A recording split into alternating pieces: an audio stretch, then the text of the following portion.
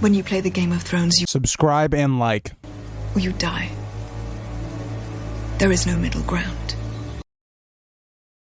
Alright, hello YouTube, and this is not a video I expected to make, not a video I really wanted to make, but some news came out about House of the Dragon that I think is quite concerning. There's been a source, and then it was later confirmed by an HBO executive themselves. I will leave a link to the article that I got my sources from, but in the article, we learn that unfortunately, Season 2 is only going to be 8 episodes. Now, with that, there is a positive note that it will come out in 2024 in the summer as of right now. Now, I have a lot of issues with this. If I look at a lot of my complaints for people that followed along in House of the Dragon when I was uploading a review on every single episode, I did a season finale review or just a summary of the season. One of my biggest complaints with House of the Dragon was that there needed to be more episodes, I felt like, especially for certain plot lines, and it hurt Season 1. But we're going to talk about that in a second. If you guys would like to subscribe, like, and comment for more of this type of content, we cover House of the Dragon and all Song of Ice and Fire related stuff. So yeah, if you want more of that, subscribe so you never miss a video. And 2, again, I'm going to plug my new YouTube channel for probably just this week. But if you guys would like to subscribe to my second channel, which is going to be more focused on other types of medium outside of the Song of Ice and Fire. So mainly right now doing Lord of the Rings, but that could go into other things like The Witcher or Harry Potter or Percy Jackson or other things I'm just reading at the time. So again, check that out if you are interested. So getting into House of the Dragon. I am very worried by the idea that there's only 8 episodes. Because as we know, with Game of Thrones, and even, I think you look at House of the Dragon Season 1, every time they have limited episodes, or they have kind of condensed content, it has not worked to its fullest to me. And don't get me wrong, I love House of the Dragon, and I'm critical of House of the Dragon because I love it. I want it to be as good as it can possibly be. And I am not, I guess, nearly as negative as I was about Season 1 on the time length and how many episodes we got, because Season 1 was pivotal because there was a lot of time skips. There was a lot of characters that needed to interact and things that just didn't work. If we want to look at one of the most glaring issues with Season 1 is Harwin Strong and Rhaenyra's relationship was basically completely removed from the season outside of a single episode. So again, the presumed father of Rhaenyra's children, or her first 3, is not really developed at all. And that whole storyline kind of feels not as strong as it could have been if we had extra episodes. And what 8 episodes tell me is this season's going to feel really oddly paced. I'm not going to get into spoilers, but when you think about it, if you're a book reader, we're going to be looking at the fallout of the end of Season 1. So now that is going to take up, I think, a little portion of the first part of the season, and there's going to be some repercussions to that. There's going to be events that happen that then you will have another reactionary phase. So again, this season's going to feel really weird in my opinion, and I'm not, discounting it right now saying the season's not going to be good. I want it to be really good. There are some things that are going to happen in Season 2 that I've been looking forward to how they're going to do since the show is announced.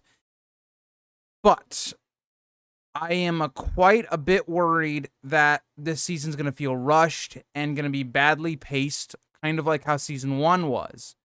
And another thing that has been reported through the source that I used is that George R. R. Martin is going to be taking a step back a little bit from being as heavily involved with the show. Now, I don't know if this is confirmed or not, but it has been, I guess, a rumor. And to me, this is all worrying because it reminds me a lot of Game of Thrones. Now, I want to say on the bright side, this does mean there probably will be 4 seasons instead of 3. And I think that's probably for the best. I am glad that they are going to give us 4 seasons instead of 3, and the more, the better. But with that being said, like I've reiterated in this video, I'm worried how this season is going to work as a whole. is it going to have enough time to breathe? Because there's a lot of things going on. Like, let's set the stage for what's going to be happening. And again, these aren't really spoilers, just based upon what happens in the season finale.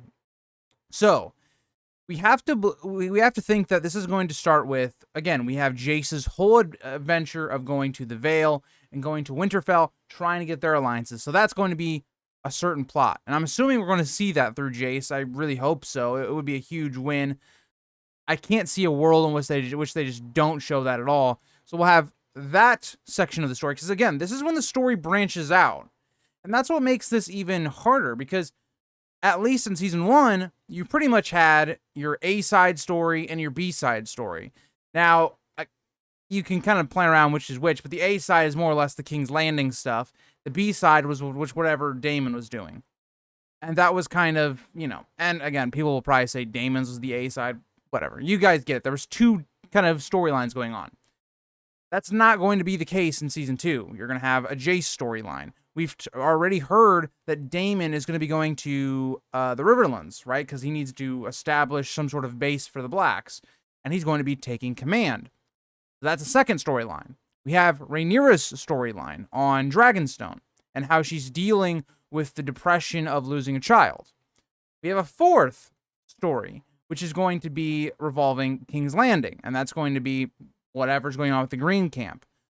And then presumably, we're going to have a fifth plot line, which is going to be Alicent's third son, who hasn't even appeared on the show yet, but is currently in Oldtown.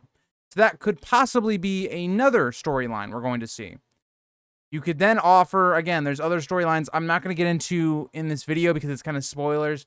But again, if there's ever, you have anyone from the green side leaving King's Landing, you could see another side, you can see another one there. That'd be 6 storylines. So what I'm trying to get at is you're going to have a lot of stories that are going to start branching out, but you're going to have less episodes in which to tell that story. And that's what worries me about this season. I don't know if maybe I'm overreacting. I haven't really seen much fan opinion on this. Again, I'm just learning about this news. One of my great mods, Matthew, told me about this information, so I decided I'd make a video on it. And to me, it's just worrying news. It's something that is not good. I mean, if we look at even something like Rings of Power, now I know, again, way different qualities. The quality of writing in Rings of Power compared to House of the Dragon, way different. House of the Dragon is superior in every single way. But Rings of Power tried to do a narrative in 8 episodes and it didn't work. It wasn't even close to functional. Things did not have time to develop. And that's kind of my worries for House of the Dragon.